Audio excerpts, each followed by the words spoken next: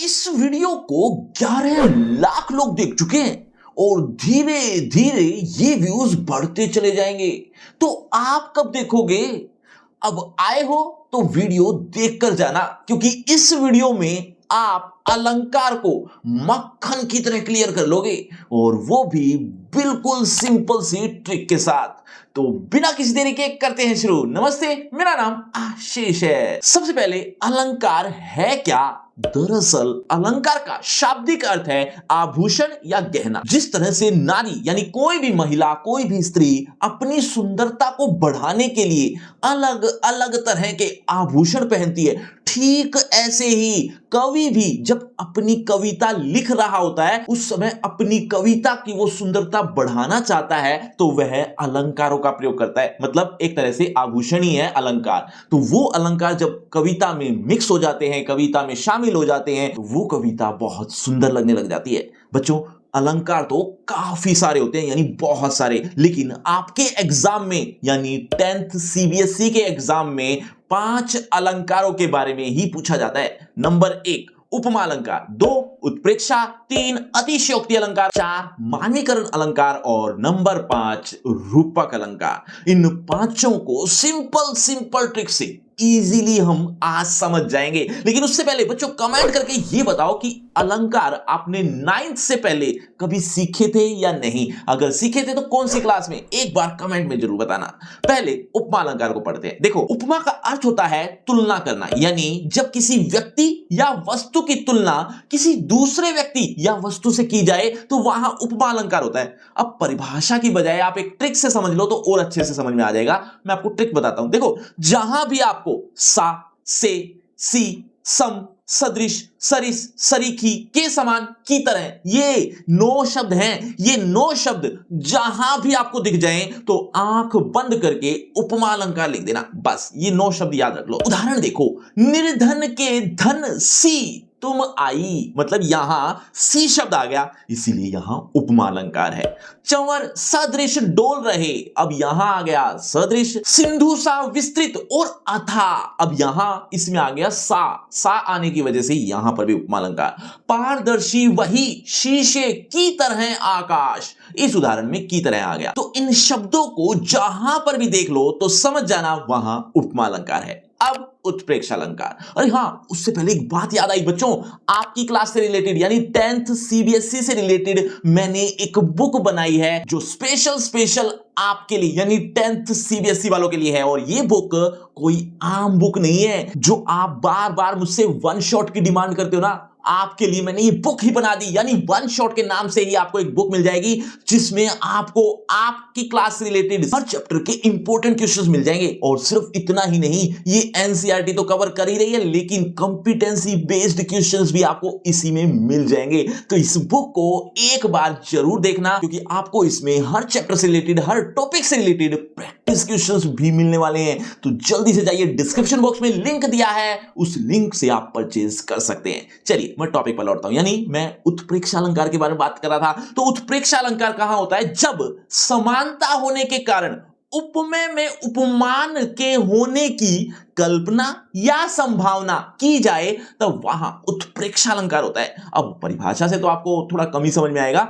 Trick देखो, क्या trick है? जहां भी आपको मानो, मनो, मनु, मनऊ, मनहु, जानो, जनु, जनहु, जान पड़ता है। अब ये जितने भी शब्द हैं ये आपको याद रखने हैं, और इन शब्दों को आप जहां पर भी देख लो तो समझ जाना वहां उत्प्रेक्षा अलंकार होगा। जैसे सिर फट गया उसका वही, मानो अरुण रंग का घड़ा, यहां ये बताया गया कि उसका सिर फट गया, ऐसा लग रहा था जैसे लाल रंग का टूटा हुआ घड़ा हो।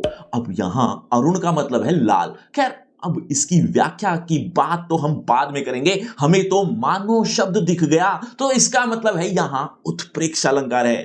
नेत्र मानो कमल है, यहां भी मानो आ गया। सोहत ओढ़े पीत पट श्याम सलोने गात मनऊ नीलमणि शैल पर आतप प्रयोग प्रभात। अब यहां आप ध्यान से देखो तो मनहु शब्द आया है, तो आपको कुछ और देखने की तो जरूरत है ही नहीं, यहां उत्प्रेक्षा अलंकार होगा। एक आखिरी उदाहरण देखो, फूले कांस सकल मही छाई जनु रसा ऋतु प्रकट बुढ़ाई। अब इसमें जनु शब्द आने की वजह से यहां उत्प्रेक्षा अलंकार है। इस तरह से आप उत्प्रेक्षा अलंकार बहुत बहुत आसानी से पहचान लोगे। अब इसमें एक बात और नोट करने लायक है, क्या कि ये दो शब्द हैं, जैसे और जो, ये दो शब्द, हालांकि दोनों का मतलब एक ही है, ये शब्द आपको जहां पर भी देखने को मिल जाए तो आप समझ जाना या तो वहां उपमा अलंकार होगा या उत्प्रेक्षा।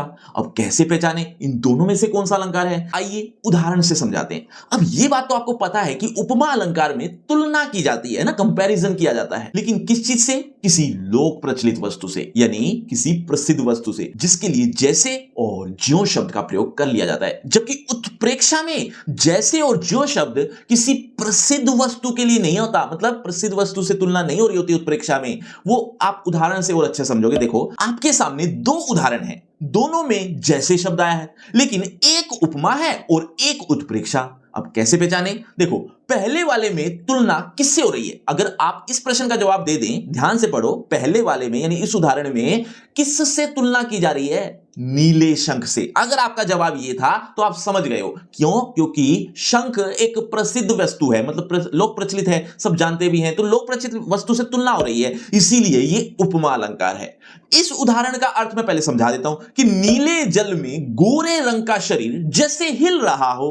अब यहां जैसे शब्द आया है हिलने के लिए, यानी तुलना जो हो रही है एक तरह से वो हिलने की हो रही है। अब हिलना कोई प्रचलित वस्तु तो है नहीं, कोई लोक प्रचलित भी नहीं है, इसीलिए यहां उत्प्रेक्षा अलंकार है। वैसे इस तरह के उदाहरण आपको कम ही देखने को मिलते हैं, और अगर मिल भी जाते हैं तो ज्यादातर उत्प्रेक्षा अलंकार ही होते हैं। अब इस उदाहरण में अलंकार आप बताओ, जल्दी से कमेंट करके देखते हैं कितने बच्चे सही होते हैं।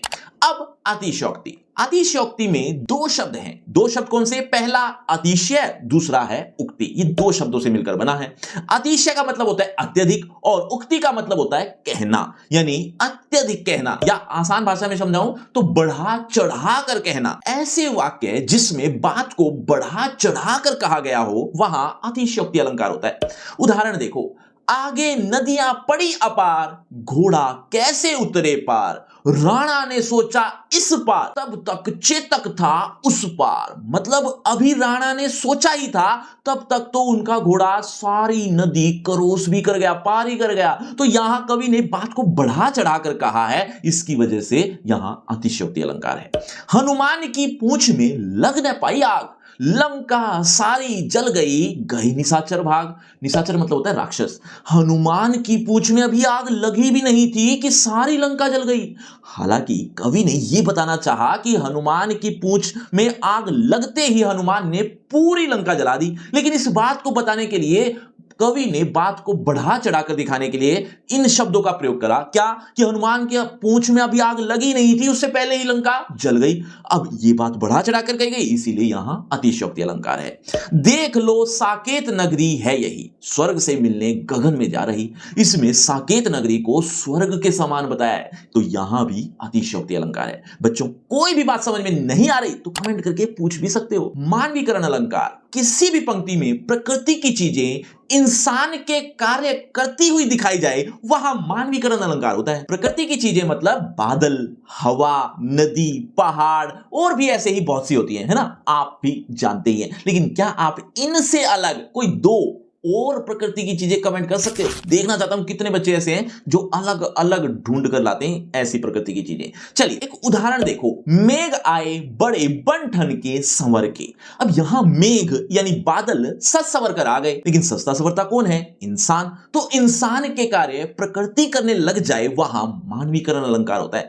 बूढ़े पीपल ने आगे बढ़कर जुहार की, जुहार मतलब विनती करना, यहां बूढ़े पीपल द्वारा विनती की जा रही है, इसीलिए लिए यहां मानवीकरण अलंकार है। सागर के हृदय पर नाच नाच करती हैं लहरें मधुर गान। यहां लहरें नाच रही हैं, गा रही हैं, मतलब प्रकृति की वस्तु इंसान के कार्य कर रही है, इसीलिए मानवीकरण अलंकार। फूल हंसे कलियां मुस्काई, इसमें आप खुद ही समझ गए होंगे कि यहां मानवीकरण अलंकार है। अब आप इन दो के बताइए कि इनमें कौन से अलंकार हैं। देखते कितने बच्चे ऐसे हैं जो काफी हद तक समझ चुके हैं।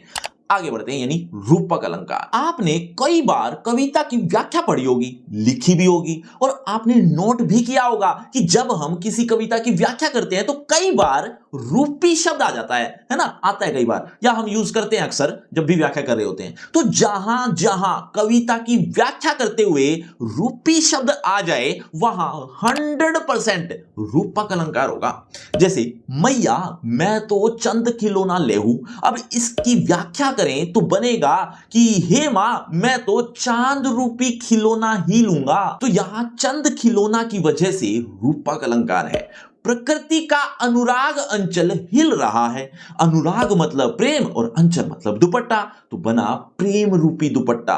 प्रीति नदी में पांव ने बोरियो, प्रीति नदी का मतलब प्रेम रूपी नदी में पैर डुबोया ही नहीं है। तो जहां भी व्याख्या करते हुए रूपी शब्द आ जाए तो समझ लेना रूपक अलंकार है। बात समझ में आई तो वीडियो को शेयर और सब्सक्राइब करना तो बनता है। अब आपके मन में आ रहा होगा कि ये हर एक कविता की व्याख्या हम कैसे करेंगे, हमें हर कविता की व्याख्या थोड़ी आती है।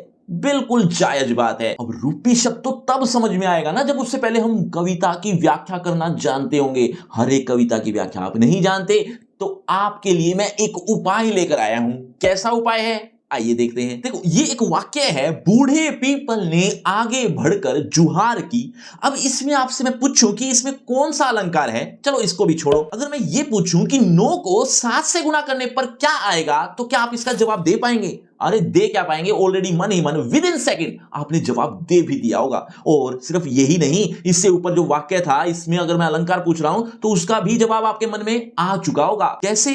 क्योंकि आप इनको ऑलरेडी पढ़ चुके हो।